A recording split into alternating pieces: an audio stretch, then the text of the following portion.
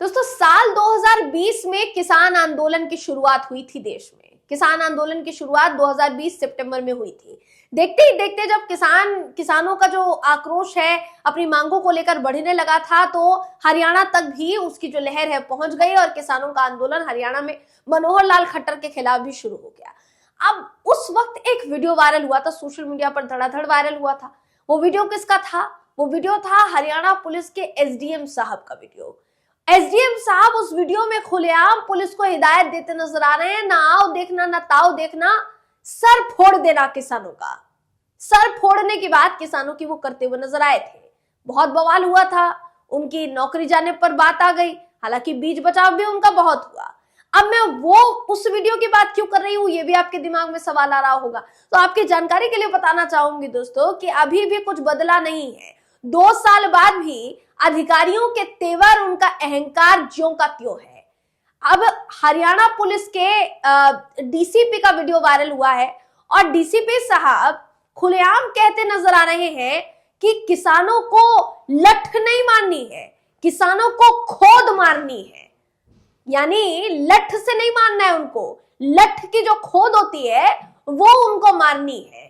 यानी आप समझ लीजिए दोस्तों कि ये क्या कुछ सिखाया जा रहा है किसानों के खिलाफ हमारे जवानों को। हम आज तक हम लोग सुनते आए हैं एक नारा, देश में बहुत सालों से चलता आया है, इतिहास गवाह है इस बात का कि जय जवान जय किसान का नारा जो है हमारे देश में किसान भी लगाते आए, जवान भी लगाते आए। क्यों? क्योंकि ज्यादातर हमारे देश के जो जवान हैं वो उसी किसानी मिट्टी से उठकर और देश की सेवा में समर्पित हो जाते हैं दोस्तों। तो उसी किसान का बेटा आज जवान के तौर पर आमने सामने है। किसानों के खिलाफ सरकार नजर नहीं आ रही है।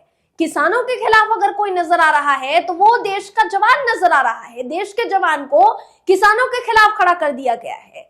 यानी जय जवान जय किसान के नारे को ही इस सरकार ने बांट दिया है दोस्तों। अगर संक्षेप में आपको बताया जाए, मैं इस खबर में आपको बताऊंगी कि हरियाणा पुलिस के डीसीपी साहब क्या कहते नजर आ रहे हैं। एसडीएम साहब का रिकॉर्ड उन्होंने तोड़ दिया। बताऊंगे इस खबर में क्या कुछ कहते नजर आए हैं। बने रहिएगा दोस्तों आखिर तक। नमस्कार, मेरा नाम है जयंती झा और आप देख रहे हैं देश नीति।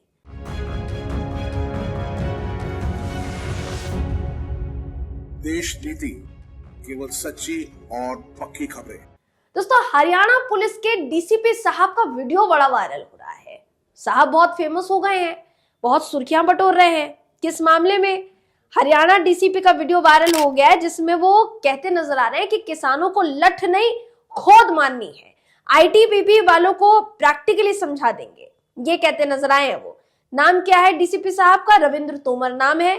वीडियो वायरल हुआ है इनका जिसमें तोमर साहब पुलिस जवानों को आदेश दे रहे हैं लठ नहीं मारने, उन्हें खोद मारनी है, निशान पड़ जाए। खोद एक हरियाणवी जुगाड़ है जिसे प्रयोग करने के लिए डीसीपी साहब पुलिस कर्मियों को आदेश दे रहे हैं। अब उन्होंने क्या कहा? उन्होंने ये भी कहा कि इंडियन तिब्बत बॉर्डर पुलिस यानी आईटीबीपी वालों को हम प्रैक्टिकली इस बात की ट्रेनिंग दे देंगे, समझा देंगे। अब सोचिए कि ये जो पूरा आदेश है इसमें क्या कह रहे थे? ये कहते नजर आ रहे थे हमें लठ नहीं मारने, सिर्फ खोद मारनी है। इससे आपसे आपकी दूरी भी बनी रहेगी, चोट भी कम लगेगी। आईटीबीपी वालों को भी प्रैक्टिकली समझा देंगे क्योंकि पुलिस कर्मियों और आईटीबीपी के जवानों की एक साथ ड्यूटी लगी हुई है। तो एसडीएम ने, जैसा मैंने कहा, शुरुआत एसडीएम साहब से हुई थी जिनका रिकॉर्ड बना रहे हैं अब डीसीपी साहब। इनका रिकॉर्ड आगे लेकर जा रहे हैं। जो वो कह रहे थे वही ये कह रहे हैं, उन्हीं की भाषा कह रहे थे। आपको याद होगा दोस्तों किसान आंदोलन के समय करनाल में जब मामला बिगड़ गया था, मनोहर लाल खट्टर के खिलाफ 2021 में विरोध प्रदर्शन शुरू हो गया था, तो एसडीएम आयुष ने किसानों के सिर फोड़ने की बात कही थी। और अब डीसीपी रविंद्र तोमर का बयान वायरल जो है बहुत हो रहा है। जाहिर सी बात है वायरल तो होना भी चाहिए। इतनी सुर्खियां जो बटोर रहे हैं अपने बयान के जरिए, वायरल तो होना चाहिए। पता लगाया जाना चाहिए कि कहां से निर्देश मिल रहा है डीसीपी साहब को। अब ट्रेनिंग अगर दे ही रहे हैं तो बाकियों को भी ट्रेनिंग दे दे। हम तो कहते हैं दोस्तों आपको भी अगर खोद मारने का ट्रेनिंग चाहिए होगा ना तो आप डीसीपी साहब से जाकर ले सकते हैं। वो ज्यादा बेहतर सिखाएंगे आपको कि किसानों को खोद कैसे मारी जाती है। या हरियाणा में इसको जुगाड़ कहते हैं। और हरियाणा में जिसको जुगाड़ कहते हैं हम वही अपनाएंगे, ज्यादा चोट भी नहीं लगेगी, आपका काम भी पूरा हो जाएगा, किसानों को मारने की ड्यूटी भी पूरी हो जाएगी। ये किसानों को मारने की ड्यूटी दी किसने है? सवाल ये उठता है। यही किसान है जो आपका हमारा सबका पेट भरते हैं। आज उन्हें लाठियां किस कदम मारी जाए इस बात पर ट्रेनिंग दी जा रही है। इस नए भारत की तो बलाइयां ली जानी चाहिए ना दोस्तों। हमारे देश का ये अद्भुत अमृतकाल जहां किसानों को लाठियां मारने की बात कही जाती है, इस अद्भुत अमृतकाल की परिभाषा क्या बताएंगे प्रधानमंत्री मोदी जी? हम तो ये पूछना चाहेंगे, जानने के लिए बहुत उत्सुक हैं, हम बहुत बेसब्रे हैं कि क्या बोलना चाहेंगे। सबसे जरूरी बात ये, आप सोच रहे होंगे कि मैं किस आधार पर कह रही हूं। आपको वीडियो का छोटा सा क्लिप दिखाते हैं दोस्तों। ये जो वीडियो क्लिप है जरा आप इस पर गौर फरमाइएगा। ज्यादा बड़ा वीडियो क्लिप नहीं दिखाएंगे आपको, छोटा सा वीडियो क्लिप दिखाएंगे सबूत के तौर पर, ताकि आपको कम से कम हमारी बातों पर विश्वास हो जाए और सरकार तक अगर ये वीडियो पहुंचे तो सरकार भी सवाल उल्टा हमसे ना पूछे। कायदे से तो डीसीपी साहब से सवाल पूछा जाना चाहिए कि किसने आदेश दिया किसानों को लठ बजाने का, लेकिन वही वाली बात है कि सवाल हम पूछ रहे हैं ना दोस्तों बेखौफ होकर, तो हो सकता है हमसे इस सवाल पूछ लिया जाए। आपसे गुजारिश है कि ये जो वीडियो क्लिप दिखाने जा रहे हैं इसको गौर से देख लीजिएगा दोस्तों। वीडियो देखिए आप। खोद मारनी है, लठ नहीं मारने, समझ गए? हाँ, उससे आपसे दूरी बनी रहेगी और उसको चोट कम से कम लगेगी और आईटीबीपी को हम प्रैक्टिकली करके बता देंगे कि ये खोद क्या है। तो वीडियो में आपने देखा होगा डीसीपी साहब क्या कह रहे हैं।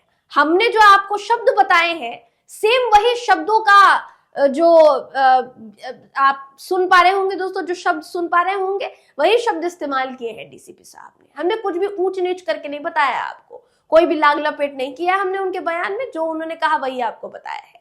अब आप हमें बताइए, आप ही बताइए दोस्तों कमेंट के जरिए कि क्या ये सही है? कभी किसानों का सर फोड़ने की बात और अब लाठियों की खोद मारने की बात। आप क्या सोचते हैं इसके बारे में? आपकी क्या राय है? कमेंट करके जरूर बताइएगा। अगर आपको ये वीडियो पसंद आया हो तो वीडियो को लाइक कीजिए, शेयर कीजिए, चैनल को सब्सक्राइब करना बिल्कुल भी ना भूलें। फिर मुलाकात होगी आपसे अगली वीडियो में, तब तक के लिए नमस्कार।